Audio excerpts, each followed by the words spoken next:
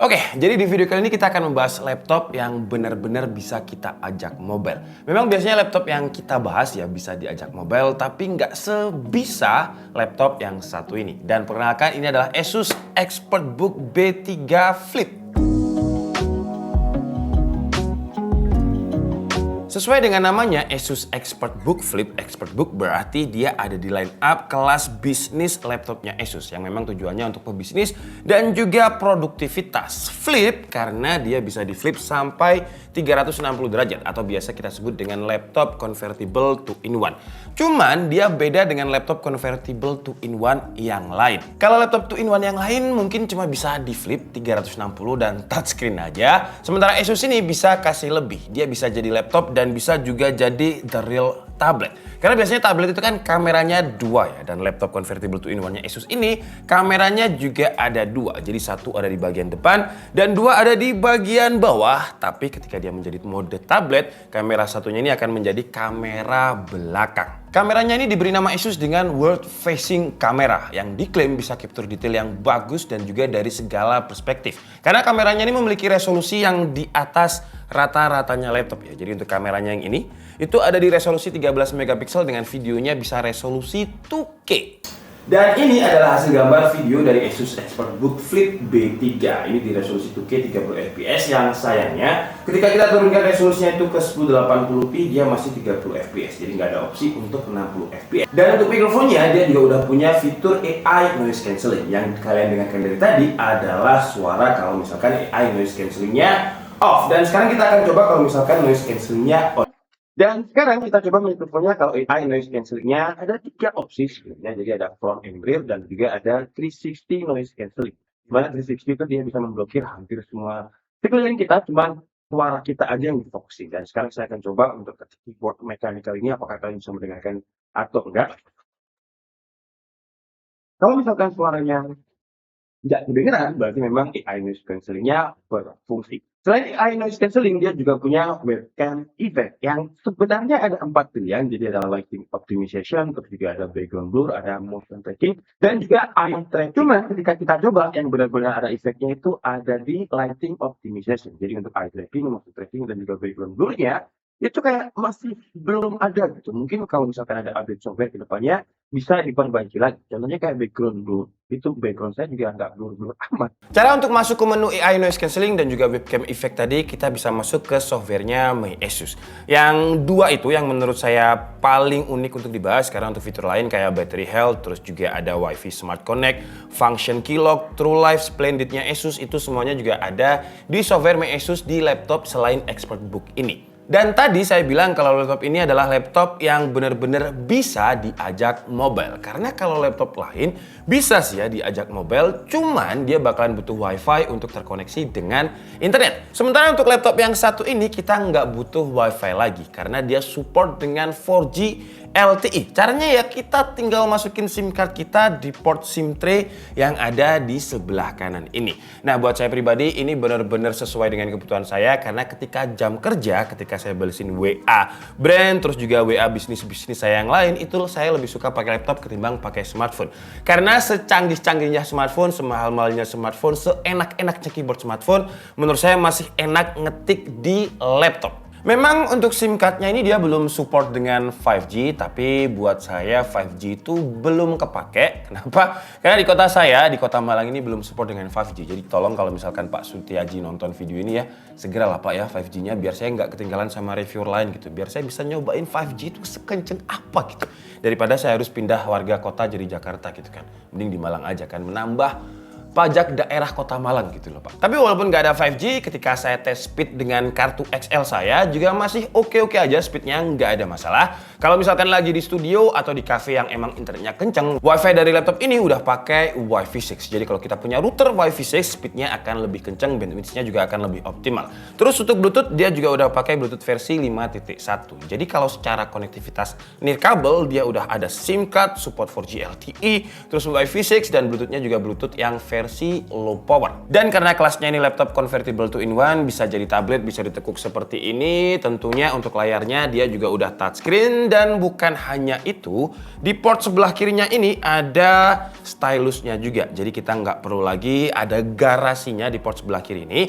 Karena jujur saya pribadi tuh orang yang bener-bener pelupa ya. Remote TV bisa hilang, remote AC bisa hilang. Stylus iPad saya aja itu sering banget hilang. Ya, jadi Asus ExpertBook Flip ini dengan garasinya ini ya paling nggak bisa meminimalisir kehilangan tersebut lah. Untuk pensilnya ini atau stylusnya ini juga sudah support dengan 439 pressure sensitivity. Jadi kalau misalkan kita nggak terlalu tekan stylusnya ini, garisnya akan tipis. Kalau misalkan kita tekan banget, garisnya itu akan tebal. Ya, walaupun nggak bisa dibilang mirip dengan pensil dan juga kertas asli, tapi stylusnya ini dengan pressure sensitivity-nya udah cukup membantu. Tapi sayangnya untuk layarnya yang menurut saya udah touchscreen, udah bagus untuk produktivitas ini, brightness-nya pertama dia masih ada di 250 nits. Untuk resolusinya memang udah Full HD 1980x1080 1080p, tapi untuk color gamut-nya itu ada di 45% NTSC kalau di websitenya Asus. Dan ketika kita cek pakai device kita, dia ada di 65% sRGB, yang kalau misalkan kita gunakan untuk professional editing sih kurang ya. Cuman kalau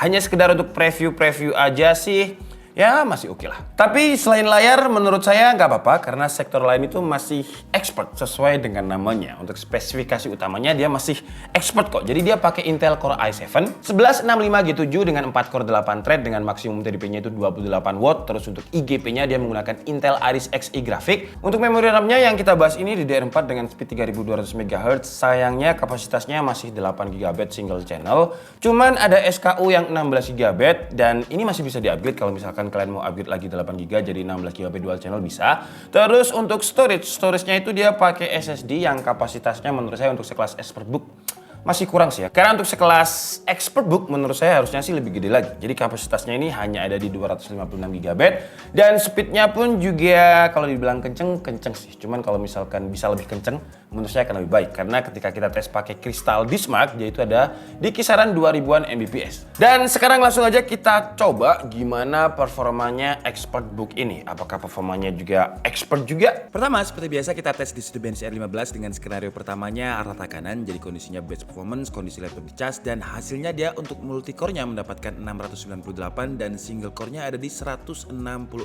Kalau untuk kestabilan performanya ketika kita running, pertamanya itu 759 dan sisanya kalian bisa lihat di sini, tapi dia nggak pernah di bawah 620 poin. Kalau untuk suhu temperaturnya seperti biasa Cinebench dia nyolong-nyolong di 90-an derajat Celcius ketika full load di.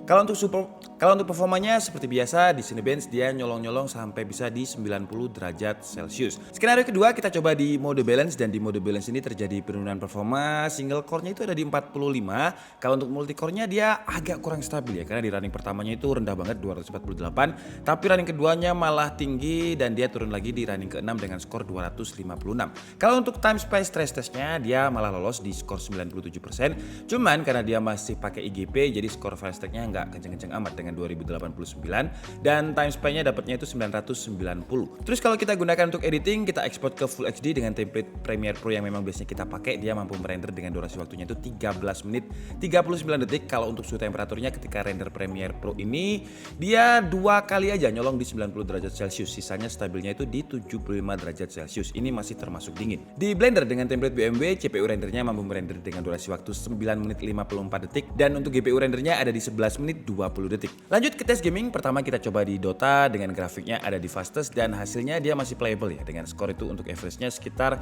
60-an FPS. Lanjut ke game yang agak berat untuk sebuah IGP, ya ini kenapa game terakhir karena memang dia nggak ada di screen graphic card-nya, jadi kita coba di game Genshin Impact dengan resolusi Full HD, grafiknya ada di low dan hasilnya dia kurang enak untuk dimainkan ya dengan settingan ini. Dengan kalau misalkan scene-nya padat itu sekitar 20 fps. Kalau untuk pemakaian sehari-hari ExpertBook B3 Flip ini saya cukup suka sih ya karena dia ringan, beratnya itu cuma 1,6 kg, chargernya juga kecil jadi kalau ditotalin paling beratnya itu cuma sekitar 1,8 kg, masih termasuk ringan. Dan dengan bobot di bawah 2 kg ini Asus bisa membuat ExpertBook Flip B3 punya standar militer 810G. Kayaknya kalian udah pada tahu lah ya apa sertifikasi itu karena udah sering banget saya bahas. Intinya dia tahan goncangan, heatsink-nya udah dites, terus dia juga udah di drop test sama Asus. Terus untuk keyboardnya untuk ExpertBook sih saya jarang menemukan keyboard ExpertBook itu yang kurang nyaman, dan untuk di seri ini menurut saya juga udah nyaman, dan dia juga udah punya splash resistant. Terus selain splash resistant, keyboardnya juga punya antibakterial yang bukan Asus yang ngetes ya, tapi ada sertifikasinya dengan ISO 22196. Terus pengalaman saya ketika pakai laptop ini dari segi pemakaian ya, karena kalau misalkan saya pakai laptop itu bisa sampai 8 atau 9 jam sehari, karena memang kerjanya pakai laptop, bikin script, browsing dan lain-lain. Dan yang saya suka dia punya TÜV Rheinland sertifikasi untuk eye care-nya. Jadi saya merasa aman gitu kalau misalkan laptopan di laptop ini. Untuk baterai juga terhitung oke, karena kapasitasnya ada di 50 watt hour. Waktu pengecasannya itu lumayan cepat karena chargernya ini 65 watt. Sekitar 1,5 jam dia udah bisa terisi 0 sampai 100%. Kalau untuk daya tahan baterainya, ketika kemarin saya coba bikin script ini, web browsing, terus wifi-nya on, brightness-nya ada di 50%, volume 20%, itu bisa bertahan sekitar 11 jam 28 menit. Yang mana menurut saya itu udah oke banget, karena rata-rata orang kerja itu ya 8 jam. Kalau misalkan lebih dari itu biasanya ya kerja romusa sih ya. Kayak di DKID ini anak-anak kerjanya juga 24 jam malah. Terus untuk port saya juga cukup puas, gak ada komplain untuk port karena cukup lengkap. Jadi di sebelah kirinya ini ada Kensington lock, terus juga ada 2 buah USB-C yang support dengan Thunderbolt 4. Jadi satunya kalian bisa extend ke monitor yang bisa sampai 8K dan juga bisa ke eksternal GPU, karena untuk GPU-nya dia memang masih pakai IGP-nya Intel Iris Xe Graphics. Terus di sebelahnya ini kiri sini ada USB Type A 3.2 dan juga ada HDMI. Terus di sebelah kanannya juga masih ada LAN, jadi konektivitasnya itu ada banyak ya, ada SIM card 4G, Wi-Fi, dan kita juga bisa pakai LAN-nya juga. Terus juga ada USB 2.0, SIM tray-nya tadi, audio jack, dan juga tombol volume up and down. Kenapa ada 2? Karena di keyboardnya juga ada volume up and down, karena ketika menjadi mode tablet, volume up and down-nya ini bisa kepake seperti ini. Oke, jadi mungkin cukup segitu aja video dari Asus ExpertBook yang nama lengkapnya itu ExpertBook Flip B3402FE ini.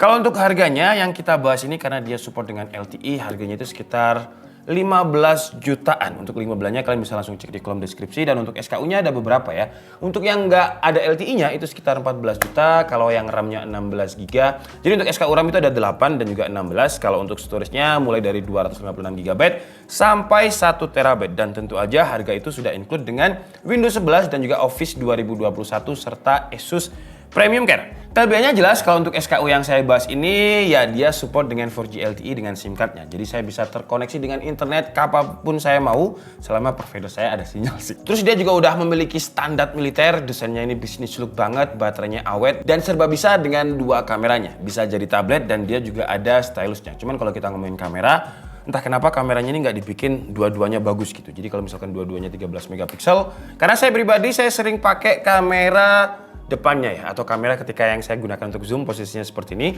Karena misalkan kalau misalkan saya pakai kamera belakang untuk zoom, kan lucu ya posisinya kalau seperti ini, karena yang saya lihat itu keyboard, bukan layarnya. Memang kameranya jadi lebih bagus, tapi ngapain saya lihat keyboard. Terus untuk kekurangan lain adalah layarnya memang udah touchscreen, tapi sayangnya dia masih di 45% NTSC atau sekitar 65% sRGB dengan 250 nits. Kalau misalkan dibikin lebih bagus lagi, saya rasa segmentasinya akan lebih luas lagi. Jadi editor bisa beli laptop ini juga kalau misalkan layarnya udah bagus. Terus opsi upgrade-nya sih ada, cuman di bagian RAM aja. RAM-nya bisa di-upgrade, dan sayangnya ini masih 8 GB single channel. Jadi saran saya sih kasih budget lebih untuk beli RAM biar dia jadi dual channel. Untuk storage-nya sayangnya nggak bisa di-upgrade, bisanya diganti ke kapasitas yang lebih besar. Oke lah, jadi mungkin cukup segitu aja video kita kali ini. Saya minta maaf kalau ada kesalahan dalam penyampaian informasi. Seperti biasa, kalian bisa mengkoreksinya di kolom komentar. Saya Niklas Budi, and see you on the next video. Bye-bye!